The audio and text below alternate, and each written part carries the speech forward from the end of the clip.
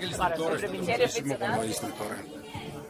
Ciao Michele, ma allora tu torneresti al campus? Sì, sì, tornerai subito io qua al campus. Beh, come ho detto, per il posto, per la gente e anche per gli istruttori che mi hanno insegnato a sciare.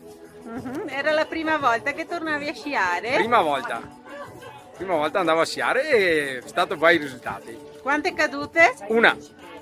Chiesto di motivare delle nuove persone a partecipare al nuovo campus. Allora io vi consiglio di non venire, perché se venite voi non posso più venire io, perché mi sono divertito tantissimo, è stato bellissimo, quindi se mi fate una cortesia non venite. Perché lui vuole la maestra, tutto per lui. Ecco.